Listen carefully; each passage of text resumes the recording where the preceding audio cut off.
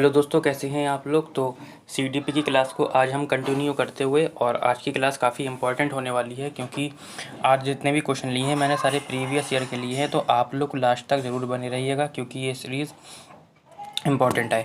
और पीडीएफ को प्राप्त करने के लिए आप हमारे टेलीग्राम चैनल ज्वाइन कर सकते हैं, जिसका लिंक मैंने डिस्क्रिप्शन में दे दिया है। और बाकी की क्लासेस आपको कैसी लग रही हैं कमेंट सेक्शन में ज़रूर बताएं। तो क्वेश्चन नंबर 1 शुरू करते हैं। कह रहा है कि बच्चे समय की एक विशिष्ट अवधि तक बहुत सरलता के साथ भाषा सीखते हैं क्योंकि इस अवधि में वे पर्यावरणीय प्रभावों के साथ प्रतिक्रिया करते हैं। इस अवधि को विकास की किस अवधि के रूप में जाना जाएगा। ऑप्शन है आपके। कह रहा है कि संवेदनशील, क्षेत्रीय, विशिष्ट, असामान्य, अप्रतिक्रियात्मक। ठीक है, देखो ये क्वेश्चन मैंने पहले भी ले लिया था लेकिन इसका चेहरा बदला हुआ था।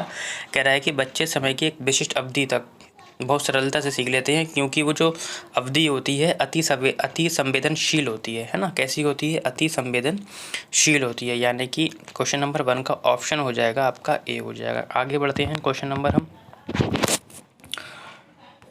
दूसरे क्वेश्चन लेते हैं। और दूसरा क्वेश्चन कहता है हमारा कि एक माँ ने देखा कि उसका एक जुड़वा दूसरे की तुलना में चलना सीखने में अधिक तेज़ी से प्रगति कर रहा है। सीखने में इस भिन्नता से विकास का कौन सा सिद्धांत जुड़ा है। मतलब क्वेश्चन ये पूछना चाह रहे हैं वो कि कह रहे हैं कि एक माँ के 2 जुड़वा बच्चे हैं, उनमें से एक बच्चा जो है जल्दी चलना सीख गया है, दूसरा चलना नहीं सीख पाया। तो कह रहा है कि विकास का कौन सा सिद्धांत है। कह रहा है व्यक्तियों का विकास सिर से पैर तक होता है। हर किसी ने विकास चरण दर चढ़ आगे बढ़ता है। अलग अलग व्यक्तियों का विकास अलग अलग गति से होता है।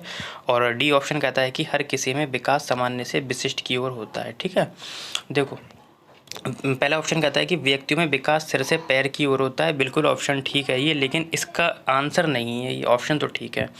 कह रहे हर किसी में विकास चरण दर चढ़ होता है। बिल्कुल ये भी ठीक है, चरण दर चढ़ होता है। कह रहे हर किसी में विकास सामान्य से विशिष्ट की ओर होता है। ये भी ऑप्शन ठीक है, लेकिन इसका उत्तर नहीं है ये, क्योंकि वो क्वेश्चन में पूछ रहा है कि 2 जुड़वा बच्चे हैं, उनमें से एक जो है अधिक तेज़ी से चलना सीख गया है।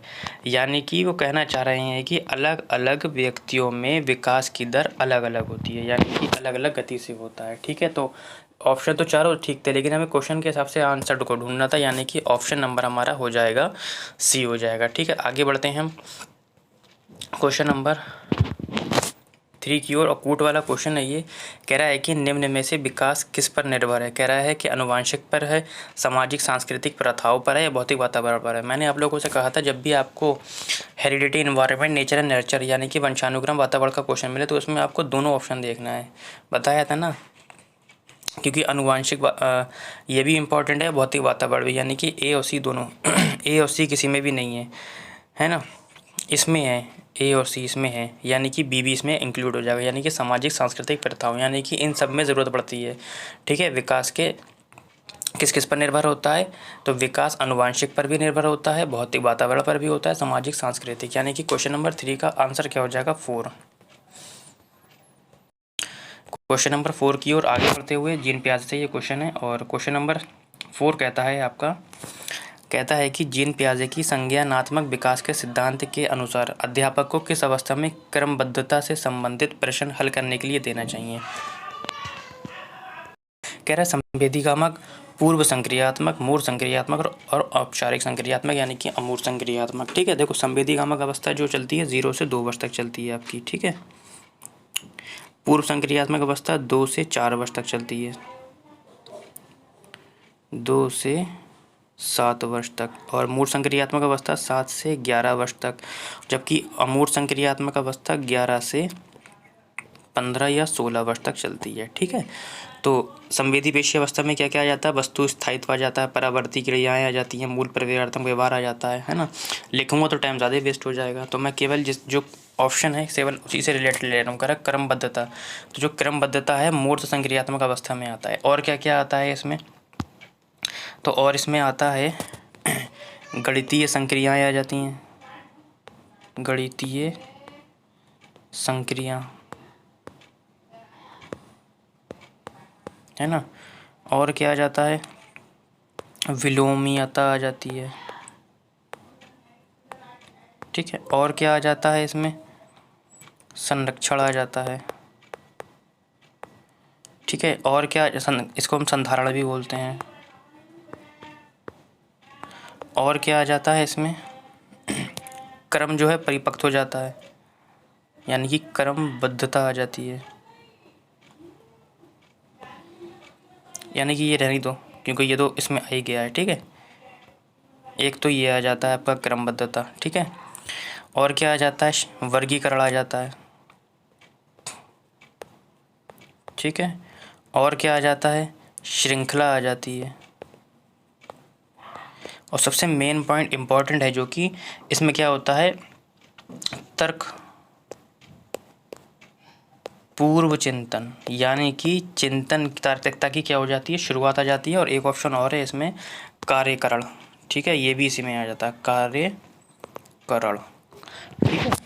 तो आप लोग इसका स्क्रीनशॉट ले लीजिए या जो मैं बोल रहा था उसे नोट कर लीजिए। अगर मैं सबके बताता तो बहुत टाइम हो जाता, जब मैं मैराथन लूँगा तो एक एक को पॉइंट को अच्छे से समझा दूंगा। फिलहाल आप लोग ऑप्शन वाइज जो है तैयार करते हुए चलिए, आपका सारा तैयार हो जाएगा। यानी कि क्वेश्चन नंबर 4 का आंसर सी हो जाएगा, मूर्त संक्रियात्मक अवस्था। आगे बढ़ते हैं क्वेश्चन नंबर 5 की ओर। और क्वेश्चन नंबर हमारा 5 फिर जीन पियाजे से है। सारे इंपॉर्टेंट क्वेश्चन हैं और प्रीवियस ईयर के क्वेश्चन है ये, ठीक है। कहता है कि जीन पियाजे के सिद्धांत के अनुसार व्यक्ति आत्मसातकरण और समंजन की माध्यम से किस स्थिति को प्राप्त करने का प्रयास करता है, संतुलन, असंतुलन, प्रत्यक्ष, अवबोधन। देखो, अगर आपने पियाजे को पढ़ा भी है खाली और आपको ऑप्शन समझ में नहीं आ रहे हैं तो आपको ये ज़रूर पता होगा कि पियाजे ने कौन कौन से शब्द दिए हैं, है ना। देखो, भ्रम तो वैसे ही गलत हो जाएगा, प्रत्यक्ष अवबोधन भी ऐसा कोई शब्द नहीं दिया, ना ही उसने ऐसा दिया, संतुलन शब्द दिया है उसने, तो ऐसे भी हम आंसर को ढूंढ सकते हैं, ठीक है। ये मैं तो आपको जुगाड़ बता रहा हूँ आंसर को ढूंढने की। यानी कि क्वेश्चन नंबर 5 का आंसर हो जाएगा ए हो जाएगा, ठीक है। आगे बढ़ते हैं क्वेश्चन नंबर 6 की ओर। और क्वेश्चन नंबर 6 जो है हमारा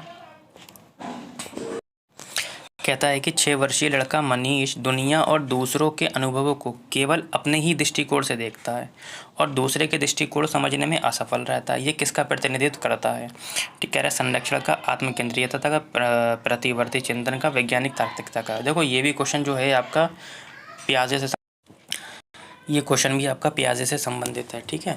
तो कह रहा है कि देखो, संरक्षण जो है ये पियाजे की कौन सी अवस्था में आता है, ये मूर्त संक्रियात्मक अवस्था में आता है, ठीक है। ये भी मैंने आप लोगों को बता दिया था, ठीक है। और ये 7 से 11 वर्ष तक चलती है, ठीक है। आत्मकेंद्रिकता बेटा पूर्व संक्रियात्मक अवस्था में आता है ना, पूर्व संक्रियात्मक अवस्था। ये कब से कब तक चलती है, 4 से, ये 2 से 7 वर्ष तक चलती है। वैज्ञानिक तार्किकता अमूर्त संक्रियात्मक अवस्था में आता है, ठीक है। और ये चलती है आपकी 11 से 15, ठीक है। तो संरक्षण होता क्या है बेटा, संरक्षण देखिए आप लोग ओरली सुन लीजिए, नहीं तो वीडियो जो है लंबी हो जाएगी, ठीक है। संरक्षण क्या होता है, पहले संरक्षण का अभाव देख लीजिए।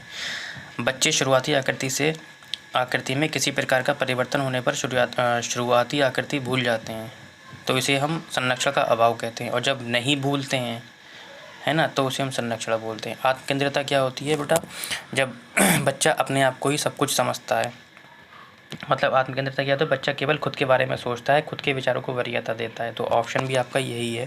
क्वेश्चन कह रहा था कि 6 वर्षीय लड़का मनी दुनिया और दूसरों के अनुभवों को केवल अपने ही दृष्टिकोण को समझता है, यानी कि वो सब कुछ अपना ही समझता है, यानी कि ऑप्शन क्या हो जाएगा, बी हो जाएगा। आगे बढ़ते हैं हम क्वेश्चन नंबर 7 की ओर। और क्वेश्चन नंबर हमारा 7 कहता है कि देखो, ये जो क्वेश्चन है आपका लॉरेंस कोलबर्ग से लिया गया है, ठीक है। तो इसके चारों ऑप्शन ले लेते हैं हम, ठीक है। तो क्वेश्चन कहता है कि लॉरेंस कोलबर्ग ने के नैतिक विकास के अनुसार एक व्यक्ति जो नैतिक विकास की कानून एवं व्यवस्था चरण में है उसका मत क्या होगा। यानी कि वो कानून एवं व्यवस्था अवस्था, यानी कि इसकी दूसरी अवस्था की दूसरी उपअवस्था है ना। दूसरी उपअवस्था क्या है, कानून एवं व्यवस्था अवस्था। इसकी 2 अवस्थाएँ हैं, परंपरागत, रूढ़िवादी या नैतिक अवस्था 10 से 13 वर्ष तक चलती है। इसमें क्या आता है कि जैसे कि मैंने ऑप्शन देखते हैं, पहले उसके बाद समझाते हैं। कह रहा है कानूनों तथा नियमों का पालन अन्य व्यक्तियों को प्रसन्न रखने के लिए करना, कानून तथा अधिकारियों की आज्ञा का पालन करना चाहिए जिससे सामाजिक प्रणाली सुगम बनी रहती है। फिर कह रहा है कानून तथा नियमों का पालन दंड से बचने के लिए करना चाहिए और कानून तथा नियमों का पालन तभी करना चाहिए जब वे हमारी आवश्यकताओं को पूर्ति हो, ठीक है। देखो, दूसरी अवस्था कहती है कि मैं अपना निर्णय खुद ले सकता हूँ, यानी कि आत्मनिर्भरता, है ना, खुद के लिए आएगा। कह रहा है कानून एवं नियमों का पालन तभी करना चाहिए जब वे हमारी आवश्यकता की पूर्ति करे, ऐसा नहीं बोला है उसने। कह रहा है कानून तथा नियमों का पालन दंड से बचने के लिए करना, ऐसा भी नहीं है। उसमें दो उपवस्थाएं, अच्छा लड़का अच्छी लड़की। मैं यानी शर्मा जी के बेटे जैसा बनूं। पिता कहते हैं कि शर्मा जी के बेटे जैसा बनूं, और बच्चा कहता है कि मैं अपना निर्णय खुद ले सकता हूं। तो वो दुविधा में पड़ जाता है ना। दुविधा में पड़ता है तो कानून एवं व्यवस्था अवस्था आ जाती है, वहाँ पे दंड एवं आज्ञा पालन का निर्माण किया जाता है। कह रहा है कानून तथा नियमों का पालन अन्य व्यक्तियों को प्रसन्न रखने के लिए नहीं किया जाता। कानून तथा अधिकारियों की आज्ञा का पालन करना चाहिए, क्योंकि पिता जो कहता है, क्या कहता है कि तुम शर्मा जी के बेटे जैसा बनो, नहीं तो मैं तुम्हें कानून एवं व्यवस्था सिखाऊंगा, यानी कि दंड दूंगा। तो यहाँ पर ये कहना चाह रहा है, यानी कि क्वेश्चन नंबर 7 का ऑप्शन हो जाएगा आपका बी हो जाएगा। ठीक है, आगे बढ़ते हैं क्वेश्चन नंबर हम 8 की ओर। ये है क्वेश्चन लेब वाइगोस्की से। कहता है कि लेब वाइगोस्की ने निम्न में से कौन सा सिद्धांत दिया है। तो आपको मैं पहले भी बता चुका हूँ, उनका पासवर्ड है सामाजिक अंतःक्रिया। नैतिक विकास का संज्ञानात्मक सिद्धांत किसने दिया है? पियाजे ने दिया है। व्यक्तिगत विकास का मनोवैज्ञानिक सिद्धांत। संज्ञानात्मक विकास का सामाजिक सांस्कृतिक विज्ञान, ये किसने दिया है? आपका वाइगोस्की ने दिया है। ठीक है, और लगाव का विकासात्मक सिद्धांत, ऐसा कुछ नहीं है। तो ऑप्शन क्या हो जाएगा आपका? सी हो जाएगा, यानी कि संज्ञानात्मक विकास का सामाजिक सांस्कृतिक सिद्धांत। तो फिलहाल ऑप्शन आपका हो जाएगा सी। ठीक है, आगे बढ़ते हैं क्वेश्चन नंबर 9 की ओर। हमारा क्वेश्चन नंबर 9 ये भी वाइगोस्की से संबंधित है। कहता है कि एक विद्यार्थी दिए गए प्रश्नों को हल करने में चुनौती महसूस कर रहा है। लेब वाइगोस्की के अनुसार इस स्थिति में एक अध्यापक को क्या करना चाहिए? कह रहा विद्यार्थी को अनदेखा कर, देखो मैंने बताया था अनदेखा नहीं करना है। विद्यार्थी को अगले कदम हेतु संकेत और इशारे देना चाहिए, हो सकता है। कह रहा सीधे तौर पर सही जगह बता देना चाहिए। सवाल को हल ना कर पाने के लिए विद्यार्थी को दंड नहीं देना है। अब बचे आपके पास 2 ऑप्शन। ठीक है, तो ZPD मैंने आपको कई बार बता चुका हूँ कि वाइगोस्की में कई बार ZPD को मैंने बताया था आप लोगों को। ZPD क्या होता है? जोन ऑफ प्रॉक्सिमल डेवलपमेंट, मतलब समस्या समाधान के दौरान बच्चे का बीच में अटक जाना, और अटक जाने से लेकर लक्ष्य के बीच की दूरी जो वयस्क के द्वारा भरी जाती है, उसे हम क्या बोलते हैं? उसे ही हम ZPD बोलते हैं, यानी कि इशारा और संकेत देना, है ना। तो ऑप्शन हो जाएगा आपका बी। किसके द्वारा भरा जाता है? वयस्क के द्वारा भरा जाता है। अब वो संकेत या इशारे के द्वारा ही भरा जाएगा, है ना, यानी कि क्वेश्चन नंबर 9 का आंसर ऑप्शन नंबर बी हो जाएगा। आगे बढ़ते हैं लास्ट क्वेश्चन की ओर। आज का लास्ट क्वेश्चन है प्रगतिशील कक्षा किसने दी? ये क्वेश्चन मैं कई बार ले चुका हूँ प्रगतिशील कक्षा से, क्योंकि ये क्वेश्चन कई बार आ चुका है। ये भी प्रीवियस ईयर का क्वेश्चन है और हर बार आता ही आता है। तो ये किसने दी? सबसे पहले तो मैं ये बता देता हूँ, ये जॉन डीवी ने दी है। किसने दी है? जॉन डीवी साहब ने दी। इन्होंने कहा एक प्रगतिशील कक्षा में विद्यार्थियों को किस ओर केंद्रित होना चाहिए। तो प्रगतिशील कक्षा क्या होती है? जिसमें बच्चा खुद कर सीखता है ना, जिसमें वो क्या रहता है? एक्टिव रहता है। कह रहा है अपने सहपाठियों से प्रतिस्पर्धा, मैंने बताया था गलाकाट प्रतियोगिता नहीं चलेगी, जितना हो सके उतना कंटेस्ट, ये मैंने बताया था नहीं चलेगा। मूर्त पुरस्कार जैसे ट्रॉफी जीतने की ओर। कह रहा है सक्रिय भागीदारी द्वारा ज्ञान सर्जन करना। ठीक है, आज के लिए इतना ही। आपको क्लास कैसे लगी कमेंट सेक्शन में ज़रूर बताएं।